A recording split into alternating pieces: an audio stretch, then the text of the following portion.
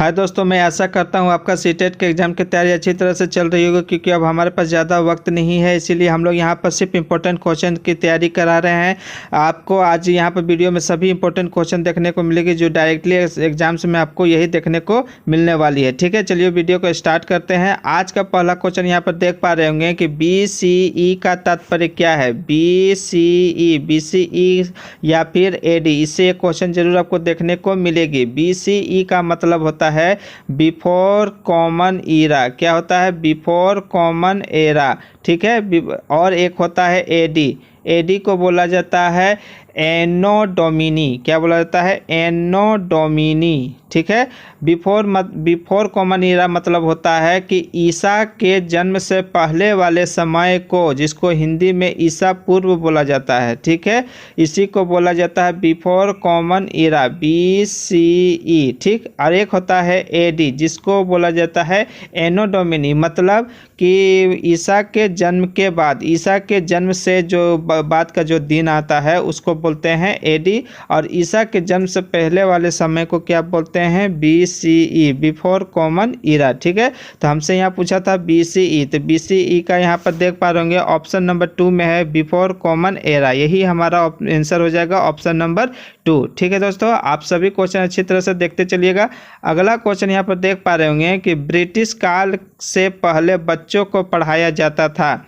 British काल से पहले जो है बच्चों को किस टाइप से पढ़ाया जाता था? सरकारी संस्थानों में एक निश्चित फीस लेकर के, साल भर की कटाई के समय छोड़कर जब खेतों में काम करते थे, उस समय वार्षिक परीक्षा के माध्यम से मूल्यांकन के लिए। तो देखिए, जब ब्रिटिश का समय था उस समय बच्चों का जो था, भारतीय बच्चों को पढ़ाने के लिए जो फसल जब उगता था, वो फसल कटाई के समय छोड़ करके बाकी जो समय बचता था उसी समय में पढ़ाया जाता था। तो देख पा रहे हैं ऑप्शन नंबर 3 में यहाँ पर है कि साल भर फसल की कटाई के समय को छोड़कर जब वे खेतों में काम करते थे। ठीक है, मतलब जब फसल की कटाई होगा उस समय को छोड़ करके बाकी जो समय बचेगा उस समय ही पढ़ाई किया जाता था। ठीक है, तो हमारा आंसर हो जाएगा ऑप्शन नंबर 3। ठीक है दोस्तों, आपसे एक रिक्वेस्ट है, अगर वीडियो अच्छी लगती है तो कृपया लाइक, शेयर और अपने दोस्तों में सब्सक्राइब जरूर से जरूर करवाइएगा। ठीक है, चलिए अगला क्वेश्चन देख पा रहे होंगे। भारत का शोध संस्थान मैत्री कहाँ अवस्थित है? तो देखिए, ये भारत का जो है शोध संस्थान, 3 गो शोध संस्थान है, एक मैत्री, गंगोत्री और एक और है। तो वहाँ पर जो मैत्री जो है पूछा है हमसे, भारत का शोध संस्थान जो है वो मैत्री का पूछा है। मैत्री कहाँ है? तो देखिए, हमारा जो ग्लोब है ऐसे है, उत्तरी ध्रुव से दक्षिणी ध्रुव को मिलाने वाली रेखा को क्या कहते हैं? देशांतर रेखा कहते हैं। ठीक है, देशांतर। तो ऊपरी वाले भाग को बोलते हैं उत्तरी ध्रुव। ठीक है, उत्तरी ध्रुव, और नीचे वाली जो भाग होता है उसको बोलते हैं दक्षिणी ध्रुव। ये दोनों जो है वो क्या होते हैं? बर्फ से ढकी हुई रहती है। ऊपर वाले भाग को बोलते हैं आर्कटिक। क्या बोलते हैं? आर्कटिक। ऊपर वाले भाग को कहते हैं आर्कटिक, ये दोनों सब, और नीचे वाला जो है उसको बोलते हैं अंटार्कटिक। ठीक है, ये दोनों बर्फीली जगह है। ठीक, यहाँ पर मनुष्य निवास नहीं करते हैं। तो यहाँ पर सभी देशों का एक क्या है? शोध संस्थान है। तो भारत का भी जो है यहाँ पर शोध संस्थान है, जो मैत्री गंगोत्री नाम से फेमस है। तो हमसे मैत्री पूछा है, तो मैत्री कहाँ है? वो है अंटार्कटिक में। कहाँ है? अंटार्कटिका में। ठीक है, ऑप्शन नंबर 2 में देख पा रहे होंगे अंटार्कटिका। तो भारत का शोध संस्थान जो है वो कहाँ है? अंटार्कटिका में। ठीक, चलिए अगला क्वेश्चन यहाँ पर देख पा रहे होंगे कि भारत के निम्नलिखित राज्यों में से किस एक राज्य में हड़प्पा के नगर सबसे बड़ी संख्या में मिले हैं? मतलब ये किस समय का बात हो रहा है? हड़प्पा के समय का। हड़प्पा का समय मतलब 4700 साल पहले की बात हो रही है। तो देखिए, ये उस समय जो बोल रहा है कि हड़प्पा का जो नगर था, हड़प्पा का नगर कैसा था? त्रिकोणीय था। ठीक है, तो यही जो पूछ रहा है कि इसका जो अधिकतर जगह है कहाँ पर पाया गया है इस ऑप्शन में। तो देखिए, सबसे ज़्यादा जो पाया गया है वो गुजरात में पाया गया है। जैसे कि धोलावीरा जो है, लोथल है, ये सब कहाँ से पाया गया है? गुजरात से जो है वो पाया गया है। तो हमसे पूछा था किस एक राज्य में हड़प्पा के नगर सबसे बड़ी संख्या में मिला है, तो वो है लोथल, जो गुजरात में है। ठीक है, लोथल गुजरात है, जो कि डॉकयार्ड एक था। ठीक है, डॉकयार्ड मीन्स बंदरगाह। तो हमारा आंसर हो जाएगा गुजरात। ठीक, चलिए अगली क्वेश्चन यहाँ पर देख पा रहे होंगे कि निम्नलिखित में से कौन सा कथन खनिज के संदर्भ में सही नहीं है। मतलब हमसे यहाँ पर नेगेटिव क्वेश्चन पूछा है, मतलब इस ऑप्शन में जो गलत ऑप्शन होगा वही हमारा आंसर हो जाएगा। ठीक, देखिए पहला क्वेश्चन देख पा रहे होंगे, ये प्राकृतिक रूप से प्राप्त होने वाली पदार्थ है, जो बिल्कुल सही है। इनका एक निश्चित रासायनिक संघटक होता है, ये भी सही है। वे विभिन्न प्रकार के भूवैज्ञानिक परिवेश में निरूपित करती है, ये भी सही है। इसके बाद ये सभी खनिज अधात्विक होते हैं, नहीं, जितने भी पदार्थ जो मिलते हैं, खनिज मिलते हैं, वो दो टाइप के होते हैं, एक धात्विक और एक अधात्विक। मतलब जिसमें एक धातु गुण होता है, एक अधातु गुण होता है। ठीक है, जैसे कि ग्रेफाइट हुआ, ठीक, आयरन हुआ, ये सब क्या है, धातु और अधातु ये दोनों है। ठीक, तो यहाँ पर सिर्फ बोला ऑप्शन में कि ये सभी खनिज अधात्विक नहीं, दोनों होते हैं, धात्विक और अधात्विक दोनों होते हैं। ठीक है, चलिए तो हमारा आंसर हो जाएगा ऑप्शन नंबर 4, क्योंकि हमसे गलत वाला ही पूछा था, तो गलत है ऑप्शन नंबर 4। ठीक, चलिए अगला क्वेश्चन देख लेते हैं।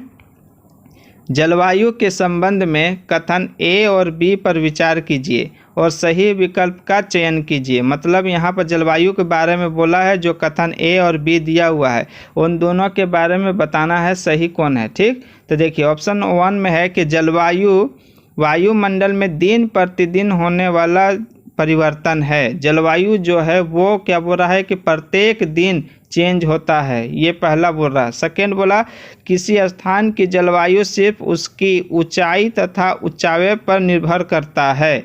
ठीक है, तो देखिए जलवायु जो है, जलवायु और मौसम मैं बता दे रहा हूँ, मौसम और जलवायु, मौसम जो है वो रोज़ चेंज होता है, लेकिन जलवायु जो है वो महीनों में चेंज होता है। ठीक है, तो मौसम जैसे कभी बरसात हो रहा, थोड़ा देर बाद धूप हो जाएगा, ऐसे मौसम होता है। मौसम हमेशा चेंज होता है, लेकिन जलवायु जो है वो बहुत दिनों बाद चेंज होती है। तो यहाँ पर ऑप्शन 1 जो दिया हुआ है वो गलत हो जाएगा। ठीक है, किसी स्थान की जलवायु सिर्फ उसकी ऊंचाई तथा ऊंचाई पर निर्भर करता है, सिर्फ उसकी ऊंचाई पर निर्भर नहीं करता। ठीक है, तो यहाँ पर ऑप्शन दोनों जो है वो गलत हो जाएगा। ठीक है, तो ऑप्शन ए और बी दोनों गलत है, जो ऑप्शन नंबर 4 में होगा। ठीक, चलिए मौसम प्रत्येक दिन चेंज होती है, जलवायु जो है महीनों में चेंज होती है।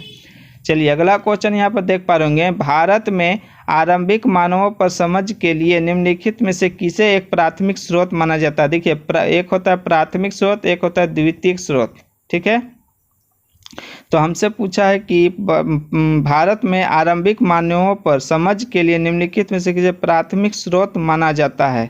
प्राथमिक स्रोत मानव के लिए, ठीक है, कांगड़ा शैली की चित्रकला, गिरनार का चित्रकला, पादशाह नामक चित्रकला या मध्य प्रदेश की चित्रकला।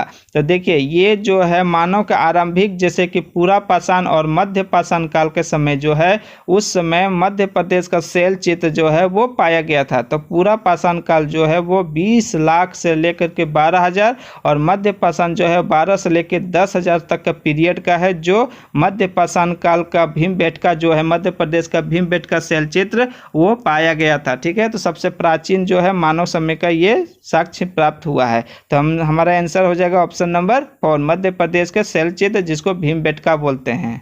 ठीक, भीमबेटका। चलिए अगला क्वेश्चन देख लेते हैं, ऋतु प्रवास जुड़ा हुआ है। ऋतु प्रवास किसको बोलते हैं? लोगों के आवागमन से, घरों के पास बसावट से, एक छोटे घर के पौधे रखने के कृत्रिम एहसास से, ऐसे स्थान जहां बस्तियां विकसित होती हैं। तो देखिए ऋतु प्रवास बोलते हैं उसको जो लोगों के आवागमन से होता है। किसको होता है? लोगों के आवागमन से, उसको बोला लोग जब किसी चीज़ को छोड़ के जाते हैं तो उसको बोलते हैं ऋतु प्रवास। ठीक है, तो हमारा आंसर हो जाएगा ऑप्शन नंबर 1। चलिए अगला क्वेश्चन देख लेते हैं कि ब्राज़ील के कंपोज और वेनेजुएला के लानोस उदाहरण है। देखिए ये जो घास के मैदान होते हैं वो दो टाइप के होते हैं, एक उष्णकटिबंधीय और एक होता है शीतोष्णकटिबंधीय। मतलब एक जो गर्मी एरिया में जो घास का मैदान उगता है वो, और एक होता है जो ठंडी प्रदेशों में उगता है। तो जाहिर सी बात है जो गर्मी प्रदेश में जो घास का मैदान होगा वो लंबी लंबी होगी, और जो शीतोष्ण घास का मैदान होगा वो छोटी होगी और पौष्टिक होगी। ठीक, तो हमसे पूछा है कि ब्राज़ील और कंपोज। तो ब्राज़ील जो है वो जो कि कैसा है, ये गर्म एरिया पर है। गर्म एरिया मतलब कि ये ग्लोब है, इसको जो मिडिल भाग जो है भूमध्य या विषुवत रेखा, इसी को बोलते हैं भूमध्य रेखा या विषुवत रेखा। जो इसके उत्तर में होता है कर्क और नीचे में होता है मकर। ये दोनों जो एरिया है ये क्या होते हैं, गर्म एरिया होते हैं, बहुत ही गर्म यहाँ पर हमेशा रहता है। और यहाँ गर्मी होने के कारण क्या होता है, वर्षा भी यहाँ पर ज़्यादा होते हैं। इस वजह से यहाँ की जो वनस्पति है वो हमेशा सदाबहार रहती है। तो हमसे यहाँ पूछा ब्राज़ील के कंपोज और वेनेजुएला के लानोज किसके उदाहरण है। तो ब्राज़ील मैंने अभी क्या बताया कि ये गर्मी के एरिया है, तो यहाँ पर गर्मी खोजिए कहाँ है, भूमध्य सागर वनस्पति भी है और उष्णकटिबंधीय घास के मैदान भी है। तो यहाँ पर देखिए मेन जो होगा ये क्या होगा, उष्णकटिबंधीय घास के मैदान होगा, क्योंकि ये गर्मी वाले एरिया में घास के मैदान जो है होता है। तो यहाँ पर ब्राज़ील के कंपोज जो होगा वो क्या होगा, उष्णकटिबंधीय घास के मैदान होगा। आप लोग जो है वो शीतोष्ण और उष्ण ये दोनों को पार्ट में याद कर लीजिएगा घास के मैदान को। जैसे ब्राज़ील का कंपोज ऐसे करके उत्तरी अमेरिका में जो है वो पाया जाता है, इसके बाद यूरेशिया में पाया जाता है स्टेपीज ऐसे करके, ठीक है। कंपोज अर्जेंटीना का हो जाएगा पंपास ऐसे करके, ठीक। चलिए अगला क्वेश्चन देख लेते हैं। स्थानीय पवन के संबंध में कथन ए और बी पर विचार कीजिए, सही विकल्प का चयन करना है। किसके बारे में, स्थानीय पवन। स्थानीय पवन के बारे में बताना। स्थानीय ने अस्थाई पवन, माफ कीजिएगा अस्थाई पवन। अस्थाई पवन उसको बोला जाता है जो एक ही दिशा में वायु अपना गमन करता है। जैसे कि पूर्वी या पश्चिमी पवन जब चलती है, पूर्वी या पश्चिमी पवन को क्या बोला जाता है, अस्थाई पवन, ठीक है। चलिए वे पवनें जो वर्ष भर लगातार निश्चित दिशा में चलती है, ठीक है, ये सही है। पश्चिमी एवं पूर्वी पवनें जिसके उदाहरण है ये भी सही है, ठीक। वे पवन जो लगातार साल भर एक ही दिशा में जो प्रवाह करती हैं उसको बोलते हैं स्थायी पवन। उसके उदाहरण कौन है, पश्चिमी और पूर्वी पवन, ठीक है। तो ये दोनों ऑप्शन सही है, ठीक। ऑप्शन ए और ऑप्शन बी दोनों सही है जो ऑप्शन नंबर 3 में दिया हुआ है। चलिए अगला क्वेश्चन देख लेते हैं। ब्राज़ील के कंपोज और वेनेजुएला के लानोज से इसका आंसर हो चुका है, जो उष्णकटिबंधीय घास के मैदानों का ऑप्शन नंबर 3 में, ठीक। चलिए अगला को है यहाँ पर कि स्थानीय समाचार पत्र से मौसम की जानकारी का संग्रह किस प्रकार स्रोत है, किस प्रकार का स्रोत है। मतलब कह रहा है कि कोई एक लोकल न्यूज़पेपर है, उसमें जो जानकारी दिया हुआ है मौसम के बारे में, जो जानकारी दिया हुआ है वो किस प्रकार का स्रोत है, वो प्राथमिक स्रोत है या द्वितीयक स्रोत है। तो देखिए प्राथमिक स्रोत उसको बोला जाता है जो हम अपनी आँखों से देखते हैं, और द्वितीयक स्रोत जब कोई चीज़ घटना हो चुकी हो उसको हम लोग बाद में किसी और के द्वारा सुने या देखें उसको बोलते हैं द्वितीयक स्रोत। तो देखिए क्या बोल रहा है कि समाचार पत्र से मौसम की जानकारी मिल रहा है। हम लोग तो प्रत्यक्ष नहीं देख रहे हैं, मतलब जो घटना घट चुकी है वो न्यूज़पेपर में पब्लिश हुआ है उसको हम लोग देख रहे हैं, तो किसी के द्वारा देख रहे हैं हम लोग, तो उसको बोलते हैं द्वितीयक। क्या बोलते हैं, द्वितीयक स्रोत, ठीक है। तो हमारा आंसर हो जाएगा ऑप्शन नंबर 2 द्वितीयक स्रोत, ठीक। प्राथमिक जिसको हम अपनी आंखों से लाइव देखें उसको बोलते हैं प्राथमिक, जिसको हम लोग किसी और के द्वारा जो घटित घटना उसको देखें उसको बोलते हैं द्वितीयक स्रोत, ठीक है। तो आंसर हो जाएगा ऑप्शन नंबर 2। चलिए अगला क्वेश्चन देख लेते हैं कि मेहरगढ़ पाकिस्तान के बोलन दर्रा के पास एक उपजाऊ मैदान में स्थित है, यहाँ खेती और पशुपालन के साक्ष्य प्राप्त हुए। तो देखिए मेहरगढ़ कहाँ है, देखिए ये है इंडिया का मैप और ये है पाकिस्तान यहाँ। तो इस एरिया में जो है मेहरगढ़ बलूचिस्तान में जो है वो पाया स्थित है, ठीक, बोलन दर्रा के पास है। और यह जो है उपजाऊ भूमि होने के कारण यहाँ पर जो है अनाज के जो है अवशेष मिले हैं, खेती के अवशेष यहाँ पर मिले हैं। तो यहाँ पर जो ऑप्शन 1 है उपजाऊ जो है वहाँ मैदान है ये भी सही है, पाकिस्तान में है ये भी सही है, और यहाँ के खेती और पशुपालन के साक्ष्य मिले हैं जो कि ये भी सही है, ठीक है। तो ऑप्शन ए और बी जो दोनों है वो सत्य है जो ऑप्शन नंबर 4 में दिया हुआ है, ठीक।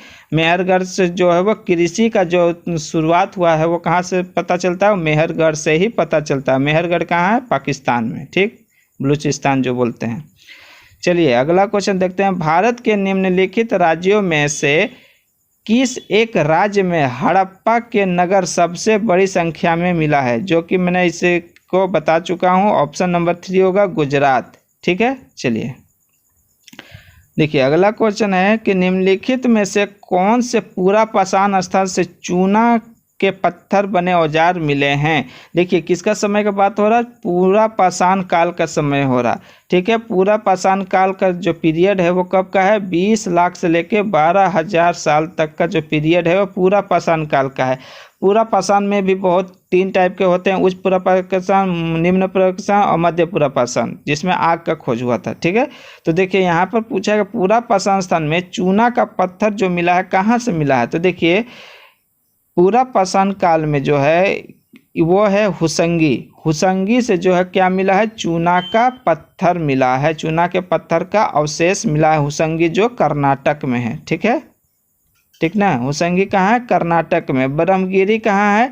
ब्रह्मगिरी है ब्रह्मपुत्र के पहाड़ी के पास। ठीक है, इनाम गांव कहाँ है? इनाम गांव महाराष्ट्र में। कोल्डिहुआ से क्या मिला है? कोल्डिहुआ से चावल का अवशेष, कोल्डिहुआ से चावल का अवशेष मिला है। ठीक, अगर पूछे कि सबसे पहले चावल का अवशेष कहाँ मिला है तो कोल्डिहुआ से। ठीक, कोल्डिहुआ से चावल का अवशेष अगर पूछे तो कहाँ से मिला है? कोल्डिहुआ से। ठीक है, कोल्डिहुआ अगर ना हो तो क्या होगा? अब लेबराडी, लोहराडी, क्या होगा?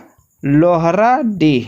ठीक है, ये लेटेस्ट है जो लोहराडी सबसे प्राचीन साक्ष्य मिले हैं जो यूपी में है। ठीक है, चलिए दोस्तों ये आज की आखिरी क्वेश्चन थी। आपको ये वीडियो कैसा लगता है प्लीज़ लाइक शेयर और सब्सक्राइब करके जरूर से ज़रूर बताइएगा। आपका टाइम जो है बहुत अभी इम्पोर्टेंट है, इसलिए लगातार आप लोग क्वेश्चंस की प्रैक्टिस करते रहिए। आपको इसकी जो भी कोई इंपॉर्टेंट क्वेश्चन की सीरीज है लगातार जो है अपलोड होते रहेगी। आप लोग सभी वीडियो को अच्छी तरह से वॉच कीजिए और उसको प्रैक्टिस करते रहिए। चलिए मिलते हैं अगली वीडियो में, तब तक के लिए थैंक यू, धन्यवाद।